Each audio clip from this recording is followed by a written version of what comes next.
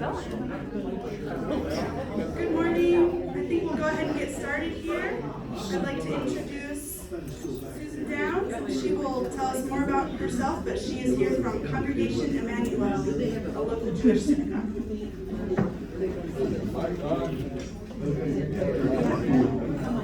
morning. Good morning. Good morning. My name is Susan Downs, and I am a member of. Is it on? Yeah. Ron's turned into that. You're good. Yeah, you don't. You're good. You're good. And I am a member of Congregation Emmanuel. I'm here today to share with you the meaning of, customs and traditions of our Jewish Sabbath. In Hebrew, it's pronounced Shabbat. Shabbat is special. It's an island in time, which revolves around peace and thoughtful reflection, connection with self and others, and God. Our Shabbat begins on Friday evening at sundown and ends on Saturday evening when the first 3 stars are visible in the sky. It is a day of rest. In fact, the word Shabbat literally means to rest or cease from work. This God-ordained day of rest has existed since the creation of earth. In Genesis it says, "Then God blessed the 7th day and made it holy, because on it he rested from all the work of creating that he had done." This act of rest reminds us that even the divine recognized the importance of pausing, reflecting, and finding restoration. In our fast-paced lives, taking time to rest and recharge is essential for our physical, mental, and spiritual well-being. Our Shabbat invites us to prioritize self-care, spend quality time with loved ones, and engage in activities that nourish our souls. God gave Moses the 10 Commandments atop Mount Sinai. The 4th commandment says to remember the Sabbath day and keep it holy. The word keep in Hebrew means to guard something held in trust, to protect, and to watch closely. Not only are we to remember the Sabbath, but we are to guard and protect its sanctity as something of great value. Just as God set apart time to focus on and honor the marvelous works of his creation, so we are commanded to regularly set apart a time to focus and honor our own creative life in God. The following is a story of just how holy and precious this holiday is. This is a story about 2 brothers, Isaac and Albert. But they're more than brothers. They also are business partners. They own a jewelry store. It was a regular Friday night. Shabbat had began. And as normal, you invite people over for a Shabbat meal. Isaac had invited his brother and family over for Shabbat. He was about ready to make the blessing over the wine, the Kiddush, and the phone started ringing. It was a message from ADT, the alarm company, that there was a break-in at the store, right in the area where the safe was. In that safe, in their jewelry store, was up to $1 million worth of jewels and money. The message said to go there immediately. The brothers looked at each other. We don't go to the store on Shabbat. We don't get in our cars and drive. We don't work on Shabbat. What are we going to do? They just continued on with their meal, and the next morning they went to temple as normal. And when Shabbat was over with, they went to their store to see what was going on. The gate was locked and the door was locked. But inside was a mess. There were empty boxes strewn all around, and there was broken glass from the showcases. But the most important part of the store was the safe. So they went to the room where the safe was, and again, the safe was locked. So Isaac tried the combination, but he was so nervous that he was shaking so much, what normally would take a couple minutes took 5 minutes to open the safe. Finally, he opened the safe. Everything was inside, everything was in order. The brothers were confused. The outer gate was locked, the door was locked, the safe was untouched, only the showcases had been broken into. How did those thieves get in and out? Well, just then, the police were passing by. They saw the lights on in the store, and they went in. Now, the brothers explained what had happened, and the officer said, well, why didn't you come to the store last night? This was happening last night. The messenger said, go to the store immediately. And the brothers explained it was Shabbat. We don't work on Shabbat, we don't drive, we don't go to the store on Shabbat. And the officer said, well, your God and your Shabbat saved your life. They went into this room where the air conditioning vent was. And the officers explained that the thieves go up on the roof, lower themselves through the vent, activate the alarm so that the owners would rush there, and when they got there and opened the safe, the thieves would kill them and make away with all the goods. They were waiting for you guys the whole entire night. The Jewish people have kept the Sabbath throughout generations, throughout the centuries, throughout the millennia. We kept the Sabbath, but more than we kept our Shabbat, Shabbat has kept us. Shabbat is a time when Jewish individuals and families set aside their work and worldly concerns to focus on spiritual connection, rest, and renewal. It serves as a reminder to slow down, appreciate the blessings in our lives, and foster deeper relationships with God and one another. The 3 main rituals regarding Shabbat is lighting of the Shabbat candles, saying Kiddush over the wine, and saying the prayer over the challah, which is our braided bread that we have on Shabbat. Usually the woman in the family will light the candles, bring forth the light, welcome Shabbat, say the blessing in Hebrew, and open her eyes to the light of Shabbat. In many families, the father will bless the children, and they will sit down to a festive meal. As in the story I told you of the 2 brothers, the Shabbat meal is a time when friends and family come together, eat a meal, share highlights of the week, read from the prayers, and sing songs. At the synagogue or in our temple, Friday night and Saturday morning services are held. Prayers and psalms are read. The rabbi reads from the Torah, and of course, at the conclusion of the service, snacks are provided. You gotta have food if you have food. On Saturday night, when the first 3 stars are visible in the sky, the Havdalah or separation ceremony is held. And that marks the distinction between Shabbat and the rest of the week. Now, the extremely Orthodox Jews will have many, many restrictions, like absolutely no working, no lighting or extinguishing fire. That's why we light the candles before Shabbat starts, close your eyes, and when we open them, Shabbat is here. No handling of money, no cooking or baking, no carrying or transporting objects, no tearing, no playing of musical instruments, no household chores, no turning on or off electricity, and no driving.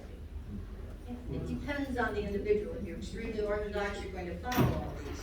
So how do you turn on lights? What do you don't turn on? You leave them on the whole 24 hours. You have certain timers, like when you open the refrigerator, the light goes on. Well, during Shabbat, it's always on. You can't tear toilet paper. What do you do? You buy it already torn or you tear it ahead of time? I mean, I'm not familiar with, I'm not an Orthodox Jew, I'm a Reformed Jew, and so I drive on Shabbat. If I had to work, I would work. You do what is comfortable for you. So I want to thank you for having me and sharing my Shabbat. May we continue to learn from one another and deepen our understanding and appreciation of our respective faith and traditions. I gotta tell you, I'm not used to talking to adults. I teach children, so when the rabbi asked me about this, I'm like, no, I can't speak in front of big people. But how do you say no to your rabbi or your So I've got some challah, which is our braided egg bread that I baked fresh yesterday, and you are more than welcome. I don't know, we want to slice it, or, I mean, you can just rip it and pass it around, or whatever you feel comfortable with. I guess we can have some questions, but if I don't know the answer, I'll be like, call the rabbi. Well, just what your family does, can you just briefly, do you eat together Friday night? Well, my girls are grown, and they have families, and one lives out of town, so it's just pretty much my husband and I. Sometimes my daughter and my grandson and son-in-law will join us, but basically it's just my husband and I. So we light the candles, we say the blessing for the bread, and say the blessing for the wine. And then when you go to services on Friday night, someone always lights the candles during the ceremony, and somebody will say the prayer for the wine. During the service, we say a special prayer for people who are ill or recovering from illness. We say a special prayer in memory of people that had passed on at this certain time in the year. And we read from the Torah, we sing special songs in English and mostly in Hebrew, and that's what our Well, service. every Friday night you have the service. Yep, every Friday night and every Saturday morning. Oh. You go to both? No. It depends. No, mostly I go to Friday night services. I remember when Joseph Lieberman was senator and was nominated for vice president. He is, I think, Orthodox or conservative, and he said he wouldn't drive on the Sabbath. Yep, that would be a Orthodox. Yeah. There's a athlete, I don't know what sport, I don't know where now, but I was watching on Facebook that, he didn't drive on Shabbat, he did not, he had his own kosher food, and he just did what he had to do to, Sandy Koufax didn't pitch on Shabbat. Wow. Did you ever? What about the meal? So do the women prepare the meal before the Sabbath to eat? Yeah, well, you light the candles before Sabbath, when sundown, and you just have the meal after you light the candles and say the blessing for the wine, and then you go to temple. If you go to So you're allowed to serve, just not cook it. Right, but I mean, I cook. I'm not Orthodox, but the Orthodox will cook all day Thursday and all day Friday before, and they have special timers that will heat up the food, and it's amazing what they can do to accommodate their lifestyle.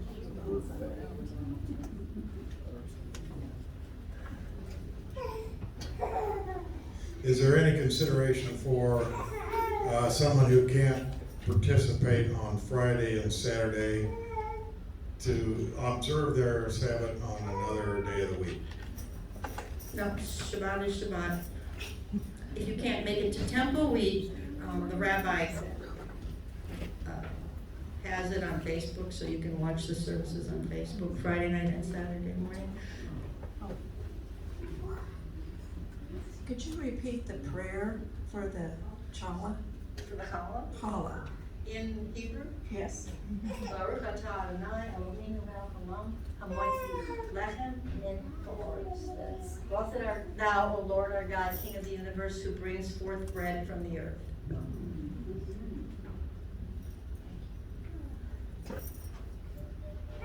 just my anecdotal knowledge from having learned about Judaism in seminary, our professor was a conservative Jew, and she talked about making, she would make kugels and things and put them in the oven beforehand, and they were such that like you could cook them, and then by the time Shabbat like lunch came around, they'd be cool, or like they'd be good for eating at room temperature. So like she brought us things that we could eat at room that was like a big part of, and I never thought about that before. Like you might not have hot food because you can't turn the oven on. But. They have, that's traditional kugel, chicken, roasted chicken, matzo ball soup. Yeah, that's pretty much challah, what you eat on Shabbat.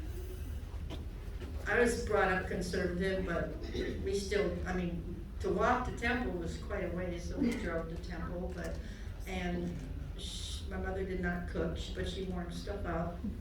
But now I'm reformed, so it's a little different. This is Eric. Just a brief comment. I was struck by the different customs and observances that you mentioned that have served down to the ages to keep Shabbat holy. Yes, it's survived through all the thousands of years, and it's amazing that people can, continue their lifestyle. I watched a Jewish family on Facebook, and they are like nomads. They just travel all around to different countries, all over the place, and they still are able to keep up with being Orthodox Jews, and it's just amazing. But that's what they do, and they'll do anything to be able to observe like that. Do you eat pork at all? Do you eat pork at all? No. Well, I'm with a homeless outreach, and a Jewish man came through, and we were having potato soup with ham and hot dogs, and he said, well, he's hungry, and you're not supposed to turn it down, so he's maybe different Jewish. But I just wondered. God makes allowances. Yeah. Amen. Like on Yom Kippur, we fast for 24 hours. If you're older and you're sick and you have to take medication and you can't do that, you do what you can do. I had a question about your local congregation, because I know Emmanuel was separate Right. when you had Now we combine. Rabbi Michael, and so now you're combined. How does that work with the Reformed and the more conservative? It's been amazing. We are so respectful of each other. We work around, we have 2 sanctuaries, who's gonna use which one, when and how. When we use the big dining area, whatever it's called, social hall, they have more dietary restrictions than we do, so we are very respectful of what they do, and they set up and they take down, and then we set up. It's been working just incredible. That's great to hear. Do you worship some together? Do you have some at all? Well, I shouldn't say that. We, the worship services are in our separate sanctuaries, but we can come together for meals and certain celebrations, like maybe a Hanukkah time or Passover. We can come together and do certain things together. And the religious school has always been combined, both congregations. And so that's good. The kids can be with each other and enjoy each other and learn from each other. That's what I'm used to. I'm used to kids. I teach kids. You're doing great.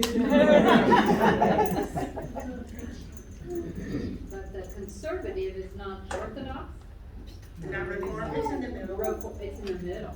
So you have the Reformed, the conservative, and then the Orthodox. Right. And then there's Chabad. We also have a Chabad congregation who's very ultra Orthodox. Here in Wichita? Chabad. Yes. Yeah. Another one. C-H-A-B-A-D, Chabad. And they have their own temple, and the rabbi and his wife and kids live all in Wichita. Where is it? Where's the temple? Northeast of 21st and Rock. Or northwest. Is it 29th or 20? I don't know. 21st and Rock, it's northwest. Okay. In that, it's kind of in a residential neighborhood, ish. Well, The one that I saw. they live, but, it's like a storefront, Yeah. and then in the back is the sanctuary, and they have a lot of women's things that they offer, different classes, and, lots of fun activities that I've gone to every now and then because it's. I apologize if you've asked, if you've asked this or talked about this already, but Rabbi said that you're the chair of the ritual committee. Can Yeah. you tell us about that a little bit? What that means, I guess? It doesn't mean that I'm very learned in Torah or lots of things, but I do help coordinate certain dinners, and when we have our high holidays like Rosh Hashanah and Yom Kippur, congregants take part in the service, so I have to call and ask people to have certain parts and have that all ready, and I had certain dinners for some certain holidays, and that's what I do. I had a couple questions. The halal, Challah. how, is there basis from manna? I mean, what they would do with the manna out in the desert, things they'd make, I mean, is there any relationship? What? The other question I had is things going on in Israel today. There's two main groups. From the Middle East, Yes. and the people from Russia. Yes, and the Ukraine, we want to go to Israel. My grandson had his bar mitzvah 2 years ago, and we want to go, but I don't think now would be the time.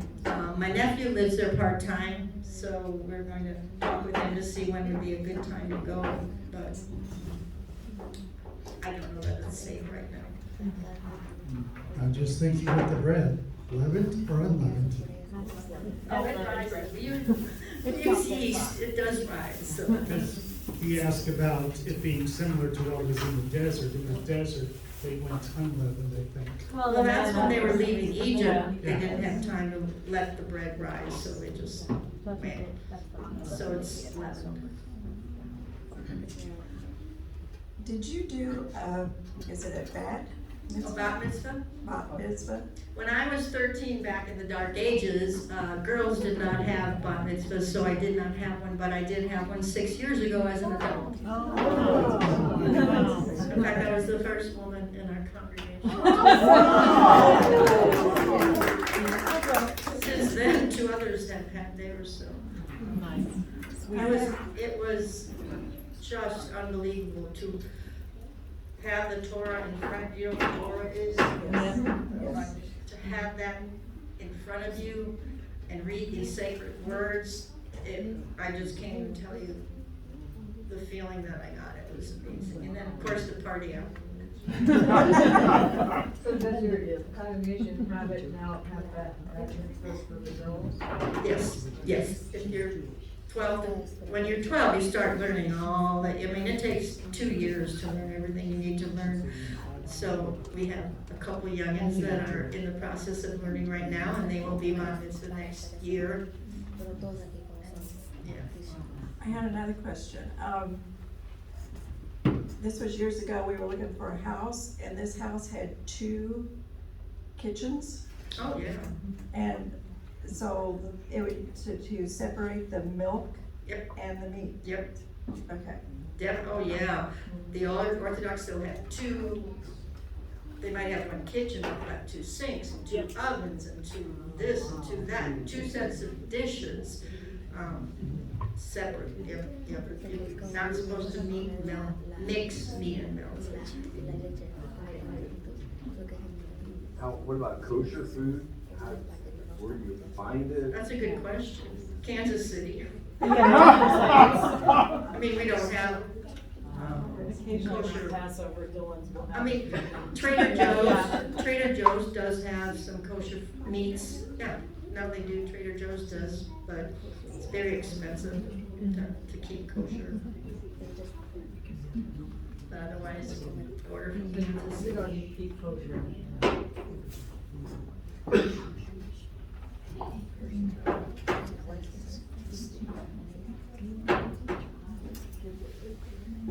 So can you tell me what are women allowed to do and not allowed to do in your congregation?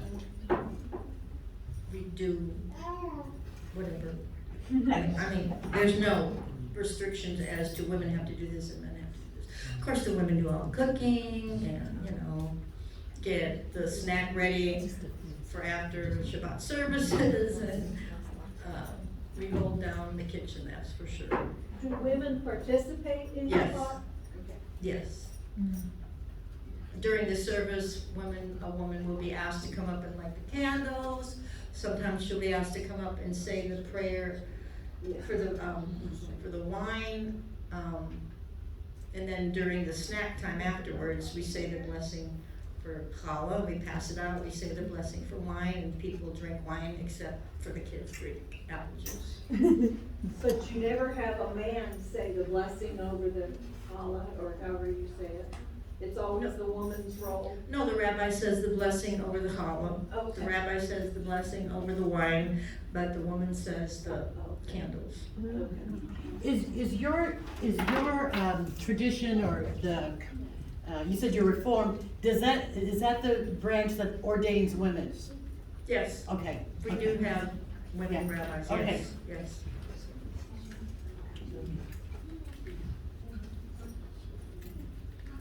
Well, who wants some challah? We can definitely have some challah. I just want to encourage you, if you have any questions for us, you can ask us questions. I feel like we're peppering you with concerns, so. So your Sabbath is Sunday, Yeah. from the sunrise to sunset? Do you have restrictions or how, I mean, do you have special food that you eat? We ain't that deep. Yeah, that's an interesting question. I would love to hear from folks if there are things that, I talked this morning, I preached on finding rest where we can and keeping Sabbath. I take Mondays off, so I consider that my Sabbath in terms of I try not to do as much. But that's because I'm the pastor, so I work on Sundays. And so I think somebody had asked if it can be moved around. I think in Christianity there's a little more sense that, if you can find a time off, that'd be good.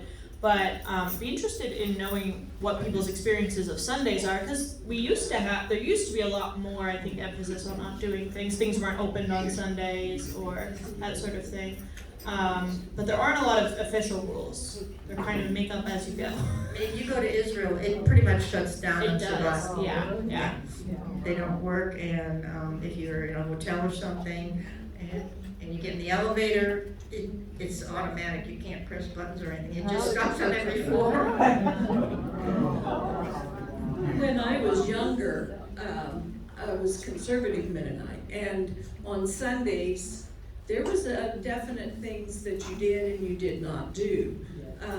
You did not work, supposedly. I mean, I grew up on a farm, and we didn't do any farming. If the cows needed to be milked, that happened, because otherwise that would cause them great pain. But anyway, but you went to church. As far as a meal, it was different with each family.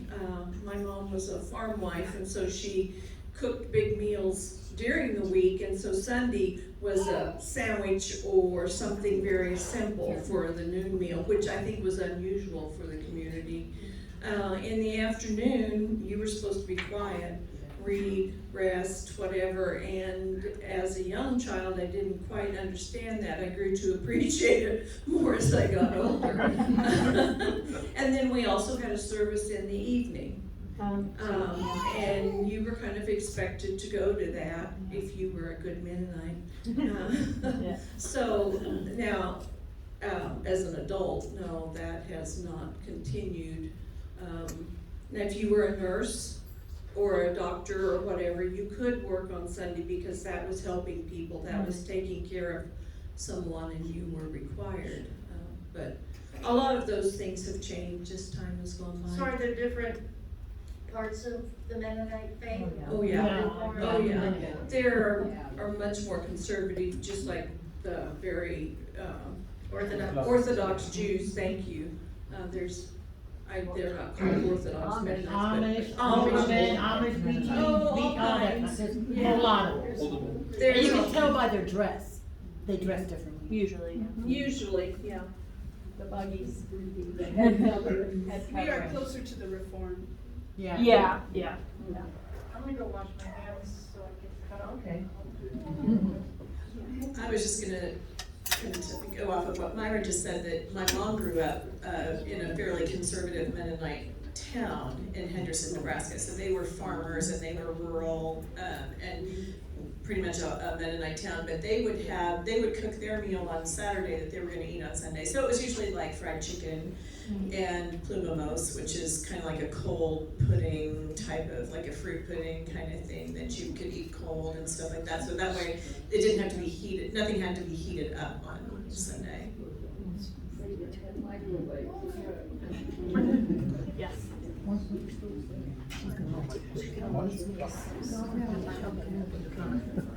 Like over time, yeah. Kind of like a crock pot. I was just gonna share when Susan and I went on a learning tour at Shelley's every 2 years, so we went on one. She actually wasn't there, in fact. But we went to a Shabbat in West Jerusalem, a Shabbat service, and it was sort of like what she was saying about the Reformed and Orthodox. We went to a place where the Orthodox met in the main sanctuary upstairs, and this was a contemporary kind of mostly American Jew group downstairs, but they had a joint service on Shabbat service upstairs. But we were schooled a little bit by the rabbi of the contemporary group downstairs about the kippah and what it would be, and then we went upstairs and had the service in the Orthodox style with these rows of kind of benches and chairs, and it was just the guys only. And then Kinda like the and then Amish. they- yeah, and then they It's like the broke- Amish, they do that. Yeah, and then we broke up into groups, and the contemporary congregation took groups of 4, 5, 6 of us, and we walked from the temple to their houses, wherever it was in the neighborhood. And then we had what might have been a little more contemporary than Reform, but we had the Shabbat meal and learned all about the different traditions and that. And then we hiked back up. Of course, there were no lights, street lights, but then we hiked back up to where our bus was. But it was just interesting the way they blended that together and appreciated each other. But the one takeaway that I'll probably remember for a long time that the contemporary rabbi said is that, God has called us to be the healers of the nation. And that kind of stuck with me, because there we were in West Jerusalem, East Jerusalem, we were visiting Palestine, and we were wondering how all this works out. But that was just an interesting reminder of what they felt their call was, and how they, as a contemporary group, were doing social action things in Jerusalem to sort of resist that. Anyway, that just as a filler to our.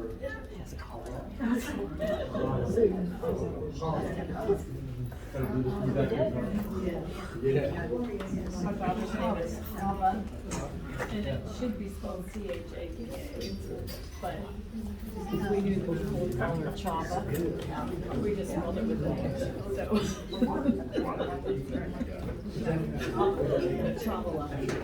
I just wanted to point out the scarf, you people didn't take a chance to come up here. She made it, and it has the blessing in Hebrew embroidered on it. It's a beautiful cloth.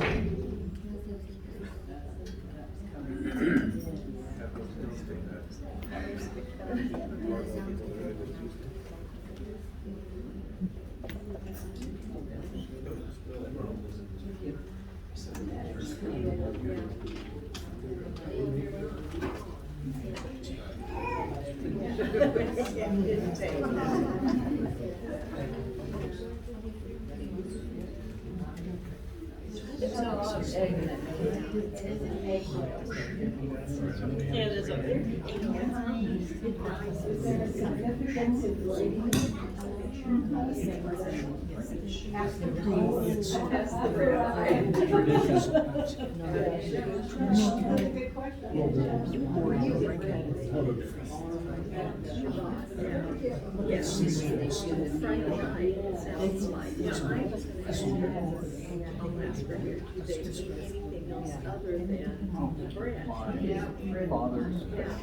Do you eat anything else other than the bread, Friday night for the meal? It's a meal.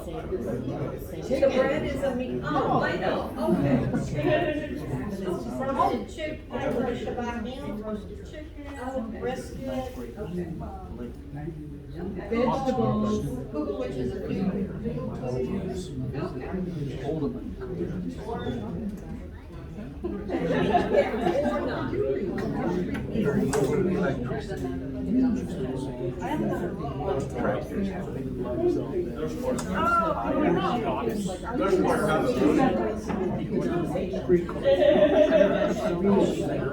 No worries, no worries. Yeah, that's okay.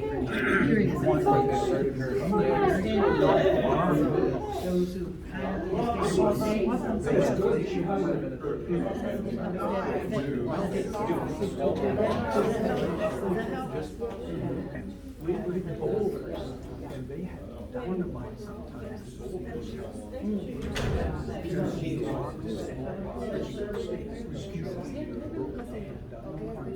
Piled up in the corner where we were so crossed.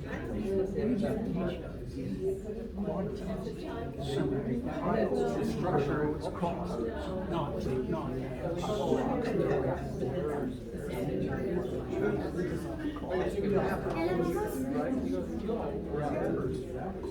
tough farms. When you planted the corn, crossroads. And they only had where it crossed. And so when I've seen you driving a tractor and hoe, if you turn the wheels wrong, you took out a whole it wasn't a continuous road, it was just through into New York. And that's exactly right. They saw something in that law.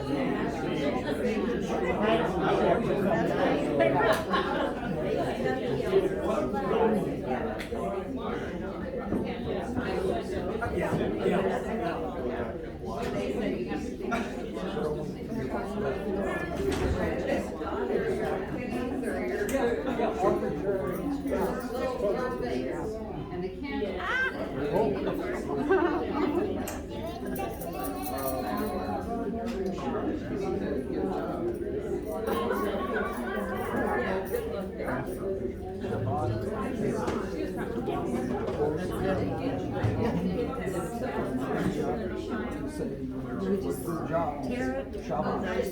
Oh, did you? We have enough time? Okay. Thank you so much. I still remember something well.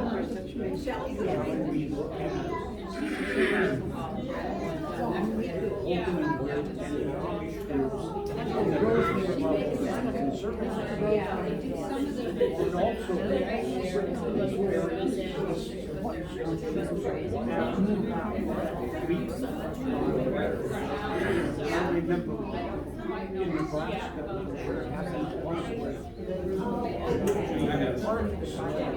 Sunday.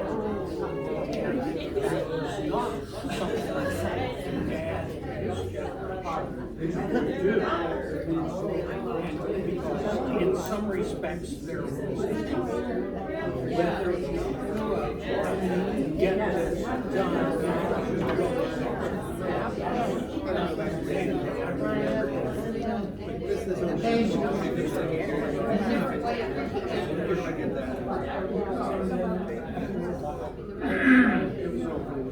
Well, I remember like I was a split rope. Their son.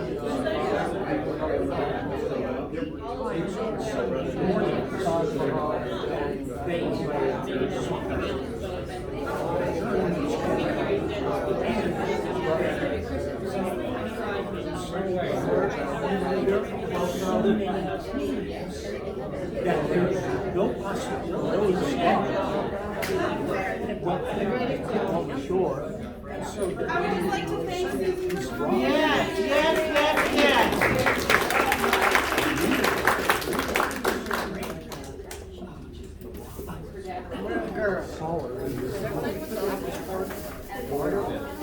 We gotta go get about maybe from that rock coast to this coast.